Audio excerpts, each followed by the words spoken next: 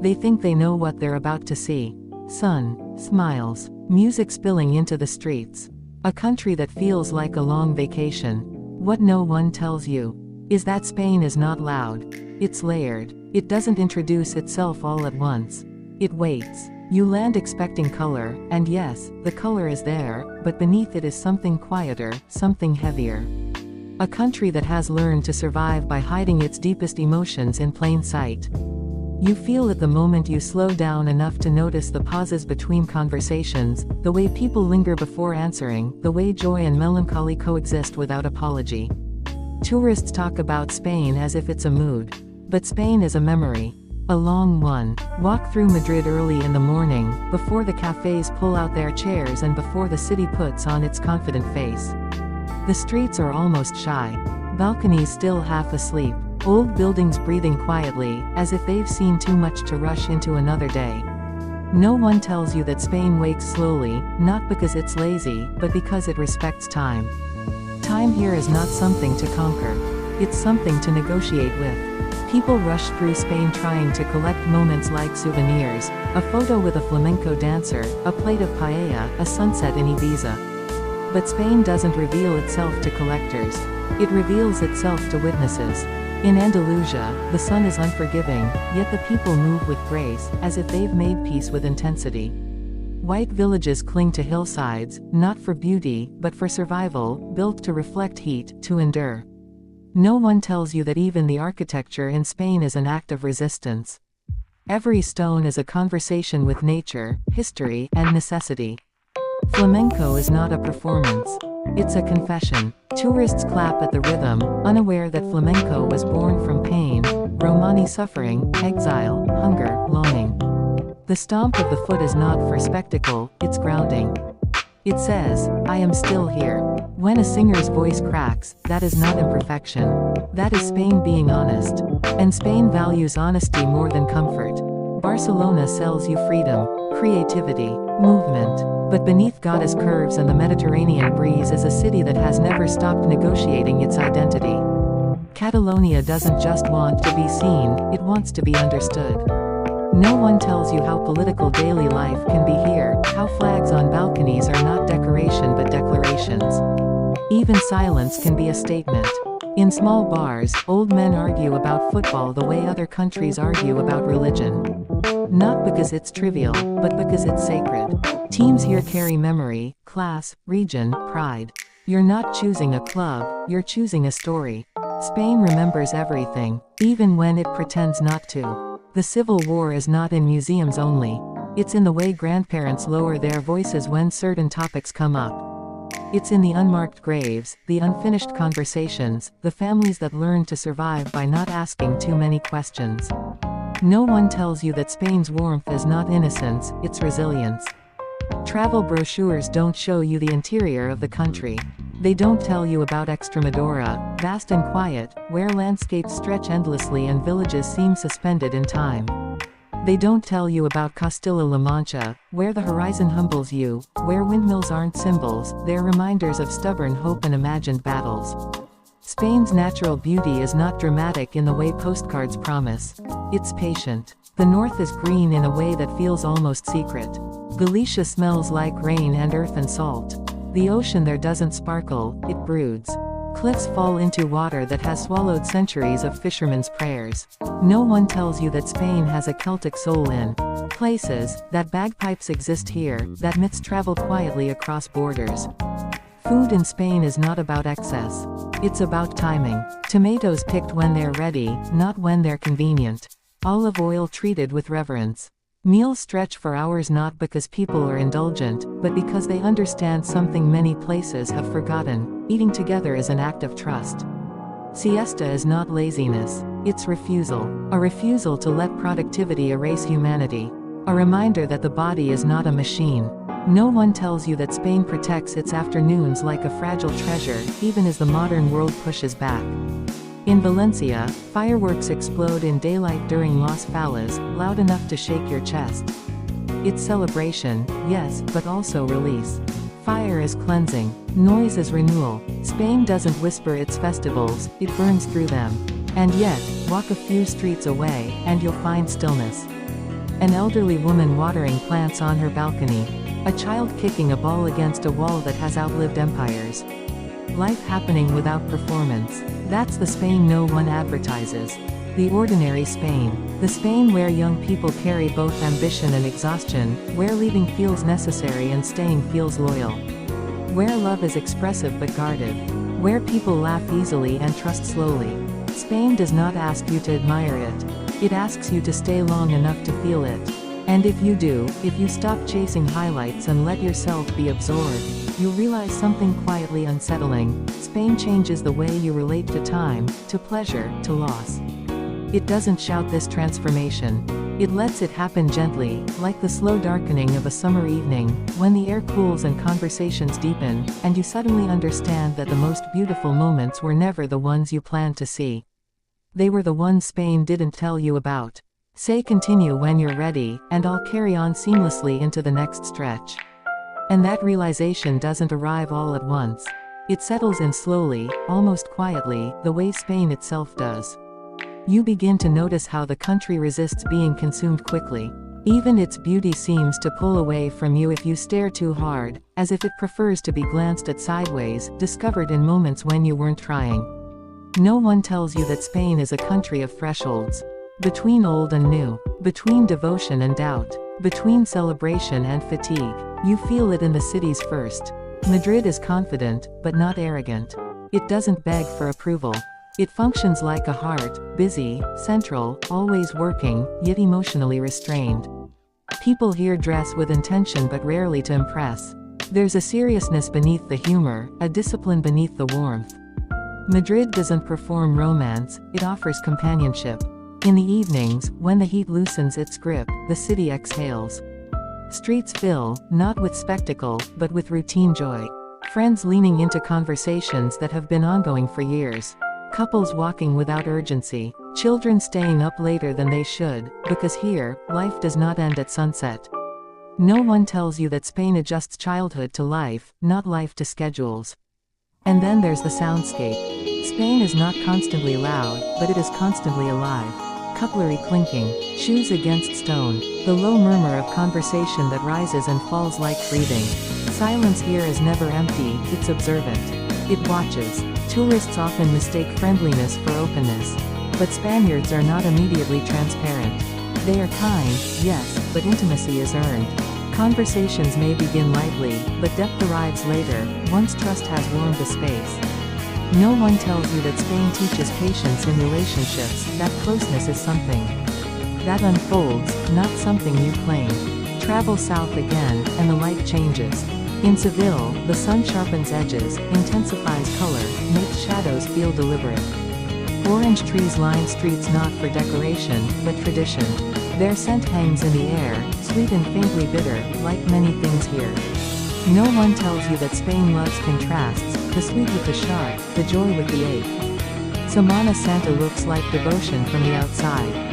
Processions, robes, candles.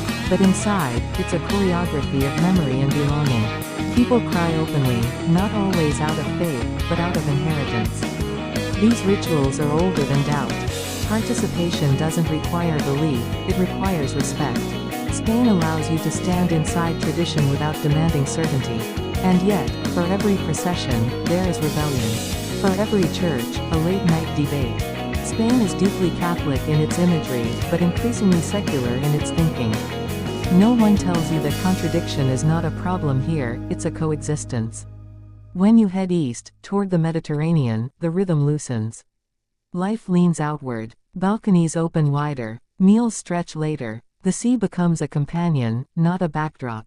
In coastal towns, people speak of the water the way others speak of a relative, familiar, respected, occasionally feared. No one tells you that the Mediterranean in Spain is not just leisure, it's labor, migration, memory. Beaches here are democratic. Elderly bodies, young bodies, tired bodies, all laid bare under the same sun. There is less performance, less shame. Spain does not obsess over perfection. It values presence. You are allowed to exist as you are. The islands tell a different story. Ibiza is sold as escape, but beneath the surface is a community negotiating survival under spectacle. Menorca is quieter, protective, refusing excess. The Canary Islands feel suspended between continents, volcanic and raw, carrying whispers of Africa and Europe in the same breath. No one tells you that Spain is not one geography, it's many agreements stitched together by history. Drive inland, away from coastlines and capital cities, and Spain grows quieter, more introspective. Villages where time circles instead of moves forward. Cafes that serve the same people at the same hour every day. Faces that register you immediately because strangers are still an event. No one tells you that rural Spain is not dying, it's enduring. Here, traditions are not reenactments. They're habits. Recipes passed down not because they're famous, but because they work. Stories repeated not for nostalgia, but for continuity. The land dictates the lifestyle. You eat what grows. You move when the weather allows. You adapt. Spain's relationship with nature is pragmatic, not romantic. Mountains are crossed, not worshipped. Rivers are used, not idealized. And yet, there is reverence in the restraint. Hiking trails are quiet. National parks feel untouched not because they are curated, but because intrusion is limited. No one tells you that Spain protects its landscapes by not advertising them too loudly. The Pyrenees are humbling, sharp, vast, and different. Villages at their feet feel like outposts of persistence. Winters are long, summers brief. Life is practical. Beauty exists, but it doesn't ask to be admired. It just is. Spain also carries grief differently. Death is acknowledged, integrated, not hidden. Cemeteries are visited, flowers replaced, stories retold. Mourning is communal, not isolated. No one tells you that Spain teaches you how to sit with loss without rushing past it. And love, Spain's most misunderstood export. Passion here is expressive, but not careless. Romance is intense, but grounded. Public affection exists alongside fierce privacy. Couples argue openly and reconcile quietly. Love is not polished, it's lived. No one tells you that Spanish love values endurance more than fireworks. The younger generation carries a particular weight. Educated, multilingual, ambitious, yet constrained by economics and history. Many leave, some return. All negotiate identity in a country that is redefining itself slowly, sometimes painfully.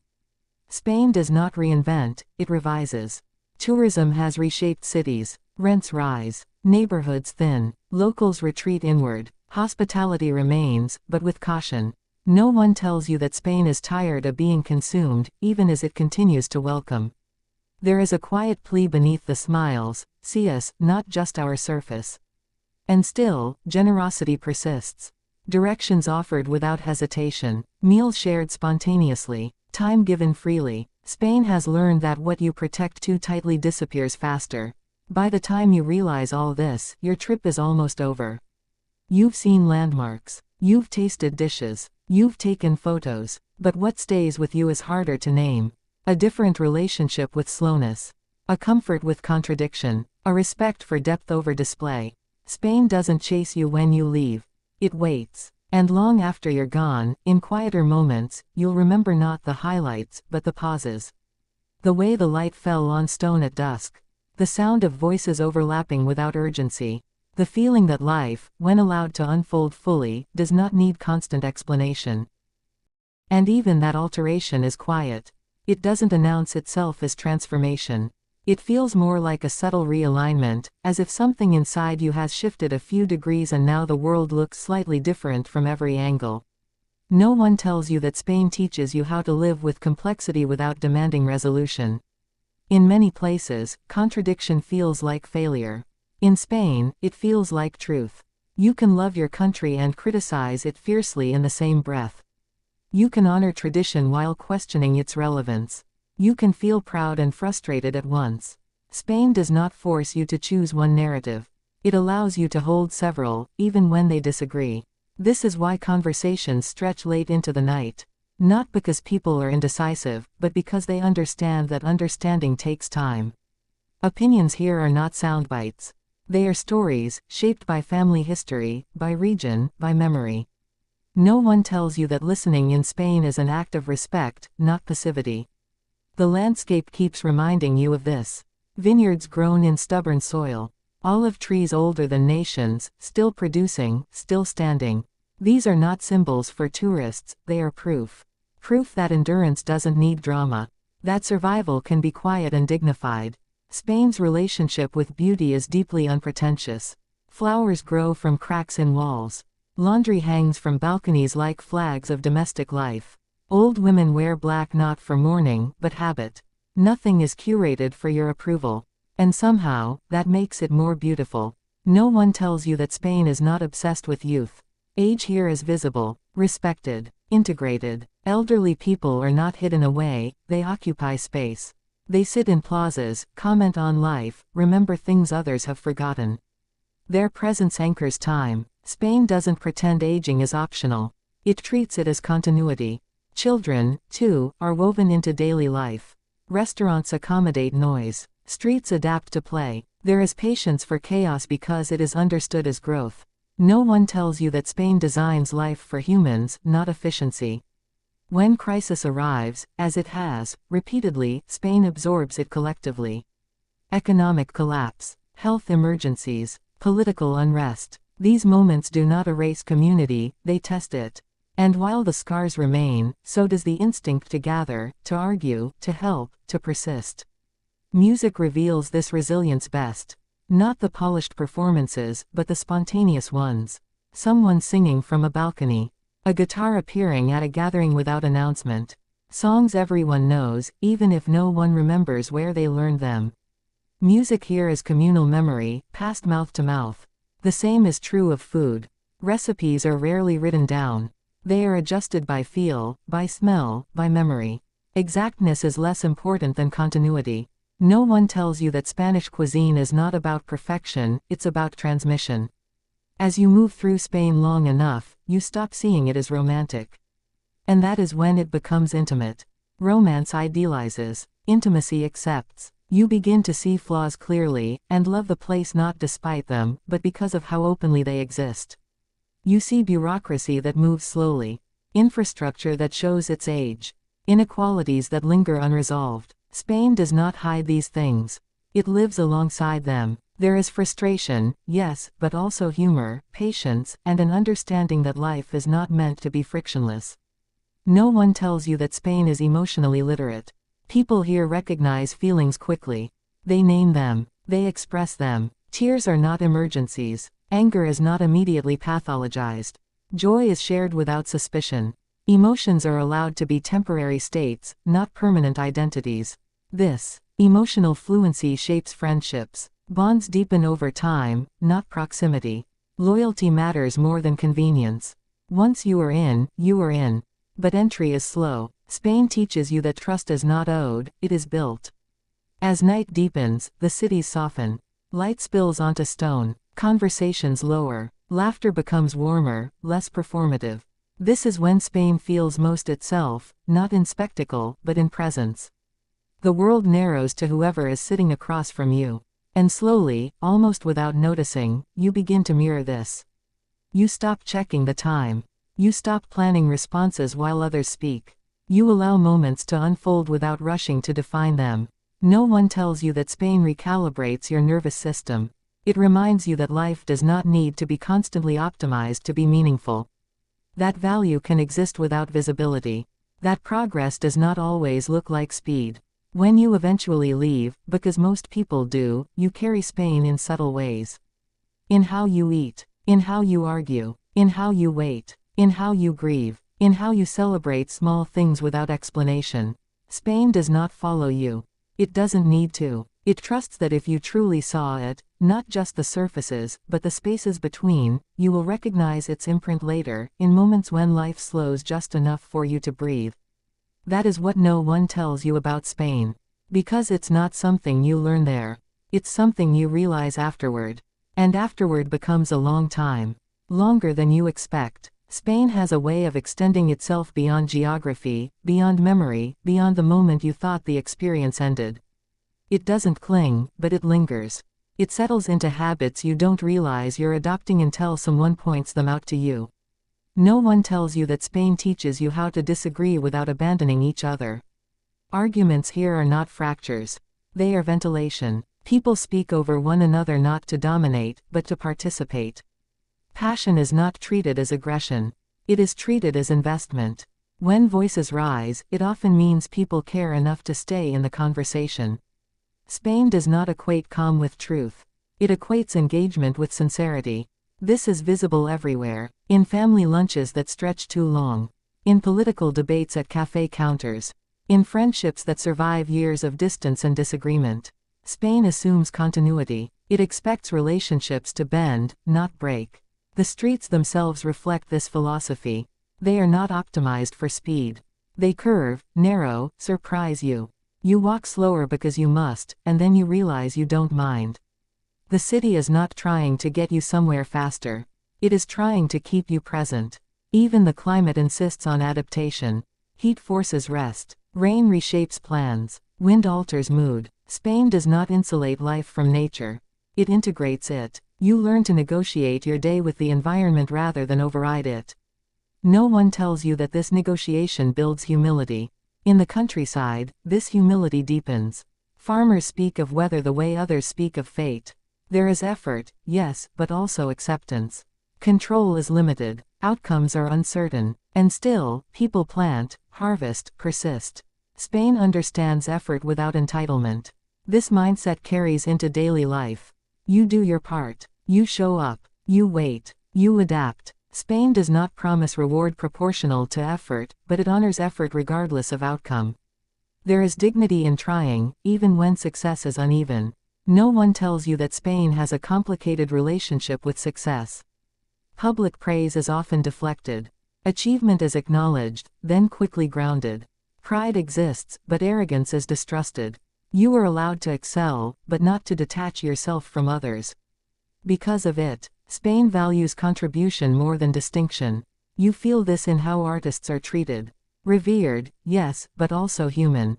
Writers, musicians, filmmakers are part of the public conversation, not elevated beyond reach.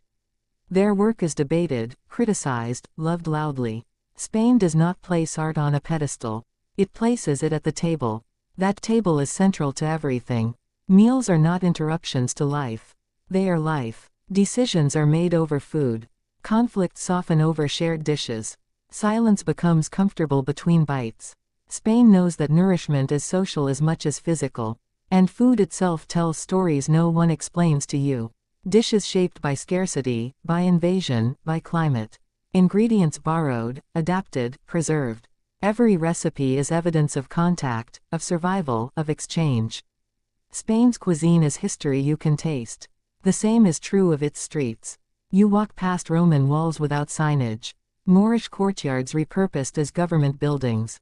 Medieval towers shadowing modern apartments. Spain does not isolate history behind ropes. It lives inside it. This proximity to time changes your relationship with ambition. Long-term thinking feels natural when centuries surround you. Urgency softens. Perspective widens. You realize that not everything must happen now. Some things unfold slowly, or not at all, and life continues. No one tells you that Spain can be emotionally demanding. It asks you to be present, to engage, to feel. Detachment here reads as disinterest. Distance reads as coldness. You are expected to participate in life, not observe it safely from the edges. This can feel overwhelming at first. Then it feels nourishing. You begin to understand why people gather so often. Why homes are open. Why conversations are frequent and long. Spain mitigates uncertainty through connection. When systems falter, relationships hold. This is especially visible during hardship. When work is unstable. When futures feel unclear. When plans dissolve. People lean into each other rather than retreat. Spain survives by proximity. And proximity changes you. You become more tolerant of difference. More skilled at navigating complexity. Less afraid of emotional exposure. Spain does not promise comfort, but it offers belonging. Even solitude here is contextual. You are alone, but not disconnected. The world hums around you. Life continues nearby. You are not erased by quiet. You are held by it. As seasons pass, Spain reveals another truth. It is not nostalgic, despite appearances. It remembers, yes, but it does not romanticize endlessly. It honors the past while moving forward imperfectly. Tradition is not frozen. It evolves, sometimes awkwardly, sometimes reluctantly, but always deliberately. This is why Spain feels unfinished. Because it is. And it knows it. There is no illusion of completion here. No claim of arrival. Life is ongoing. Identity is ongoing. The country is always in conversation with itself. No one tells you that Spain doesn't want certainty. It prefers dialogue, process, movement, even when slow. Especially when slow. It understands that clarity gained too quickly is often shallow. So when people ask you what Spain is like, you hesitate. You talk about food, maybe. About architecture. About warmth. But you struggle to explain the rest. The invisible shifts. The internal recalibrations. The way Spain teaches you to inhabit time differently. Because what Spain gives you is not an image. It's a rhythm. And once your body learns it, you never fully forget how it feels. And those pauses stay with you because Spain teaches you how to listen to what isn't being said. Long after the plane lifts off, after the photos settle into folders and the souvenirs lose their novelty, what returns to you is a feeling, subtle, persistent, that something in your internal rhythm shifted without asking permission. No one tells you that Spain recalibrates your sense of urgency. You notice it when you're back home, standing in line, checking the time too often, rushing conversations that don't need to be rushed. You remember how, in Spain, people let sentences trail off. How silence wasn't awkward, it was respectful. How nobody felt the need to fill every gap with noise. Spain gives space to thoughts, and in doing so, it reminds you that reflection is not a luxury. It's a necessity. In Spain, history isn't framed neatly. It leaks into daily life. Roman roads beneath modern streets. Moorish arches holding up Christian cathedrals. Arabic words embedded in everyday Spanish without explanation or apology. No one tells you that Spain doesn't erase layers, it stacks them. The past is not behind the present here. It's underneath it, supporting it, sometimes cracking through when the pressure builds. Granada embodies this better than anywhere else. The Alhambra is sold as beauty, and it is, but what no one tells you is that it's also grief made architectural. Built as a declaration of refinement, lost through conquest, preserved through uneasy admiration. When you walk its courtyards, you're not just admiring design. You're standing inside the echo of something that knew it would not last forever. Spain understands impermanence deeply. That understanding shapes how people celebrate. Festivals are intense because they are temporary. Music is loud because it won't linger. Fireworks explode because tomorrow is uncertain. No one tells you that Spain celebrates like a country that has learned not to postpone joy. Yet there is restraint, too. Pride without excess. Confidence without constant validation. Spain doesn't need to convince you it matters. It already knows. Language reveals this best. Spanish is expressive, flexible, full of emotion, yet conversation is not rushed. Words spill easily, but meaning unfolds slowly. Regional languages, Catalan, Basque, Galician, are not curiosities. They are acts of survival. Each one says, "We were here before borders decided who we were." No one tells you that Spain's unity is not sameness, it's negotiation. In the Basque country, strength feels internal. Landscapes are rugged, food is precise, identity is fiercely guarded. Silence carries weight. People speak when they mean something. No one tells you that Spain contains places where quiet is power. And then there's the humor, dry, ironic, sometimes dark. Jokes that land sideways. Laughter that comes late. Spain laughs at itself, but never dismisses itself. Even suffering becomes material for wit, not to minimize pain, but to survive it. No one tells you that humor here is not escape, it's armor. Travelers often search for authenticity, not realizing that Spain is exhausted by the word. Authenticity is not something performed here, it's something preserved privately. What you're allowed to see is already a gift. The rest belongs to those who live it daily. Look closely at daily rituals. Coffee taken standing at a bar, brief but intentional. Bread broken without ceremony. News discussed with skepticism. Politics argued passionately, then set aside for dinner. Spain knows how to disagree without severing ties. No one tells you that coexistence is one of its quiet achievements. The landscape reinforces this lesson. Dry plains next to fertile valleys. Snow-capped mountains within hours of beaches. Deserts in the southeast that feel lunar and unforgiving. Spain doesn't soften its terrain for comfort. It adapts to it. People here don't conquer land, they negotiate with it. Even color behaves differently. White villages aren't aesthetic choices, they're survival tactics. Dark shutters against heat. Narrow streets designed to create shade. Beauty emerges from function, not indulgence. No one tells you that Spain's visual charm is often a byproduct of necessity. As night falls, Spain comes alive, not because it was dormant, but because darkness belongs to people. Dinner starts late because conversation matters. Music drifts out of open windows. Lives overlap. No one rushes home to isolate. The street is an extension of the living room. Spain resists loneliness by design. There is also disappointment here. Economic uncertainty. Political fatigue. A generation that feels paused. Spain does not hide this. It carries disillusionment openly, discusses it endlessly, lives alongside it. No one tells you that hope here is not naive, it's stubborn. Religion lingers not as authority, but as memory. Bells still ring, churches still anchor towns, but belief has become personal, fragmented, reflective. Faith here is inherited, questioned, reshaped. Spain allows doubt to sit beside devotion without forcing resolution. And when people leave Spain, whether temporarily or permanently, they take its contradictions with them. Many come back changed. Others never return, yet remain emotionally tethered. Spain is not easy to sever. It embeds itself quietly. The longer you stay, the less Spain feels like a destination and the more it feels like a condition. A way of relating to time. To others. To yourself. You stop asking what comes next and start asking what matters now. No one tells you that Spain does not want to impress you. It wants to be lived with. And that is why it stays. Not in your photos, not in your stories, but in the way you slow down afterward. In the way you listen longer. In the way you begin to understand that beauty does not always announce itself, and that the most meaningful places are the ones that don't explain themselves fully. Spain never tells you everything. And that is exactly why you keep listening. And listening becomes a habit after Spain. Not the passive kind, but the attentive kind. The kind where you start noticing what people mean instead of just what they say. Spain trains you in that quietly. It doesn't announce the lesson.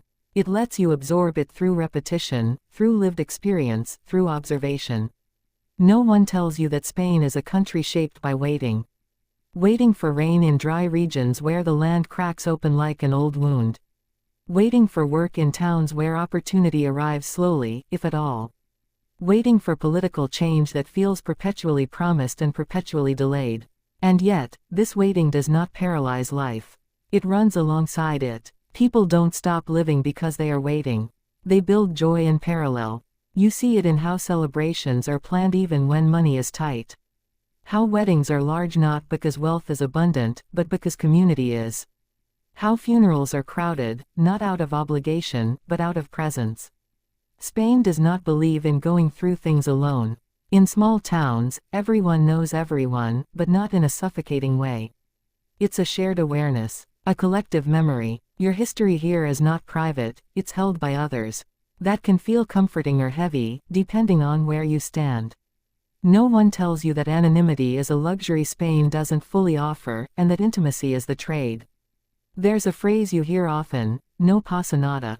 It sounds like dismissal, like indifference.